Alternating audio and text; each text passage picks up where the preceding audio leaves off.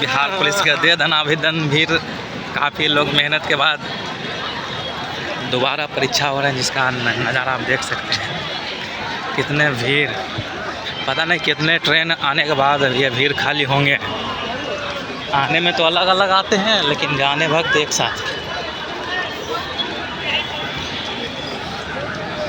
परीक्षार्थी का देख सकते हैं मेहनत। इतने सारे अगर बिहार में एक साथ पुलिस हो जाएंगे तो बिहार विकास का भी करेंगे। मेहनत हालांकि सभी ने किए हैं।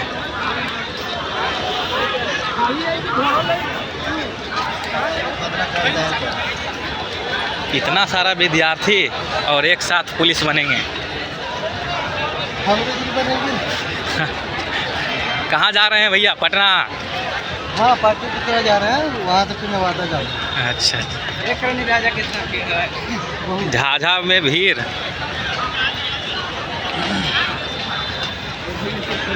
भीड़ त्राहिमाम कर रही है और ट्रेन आने का नाम नहीं ले रहे हैं।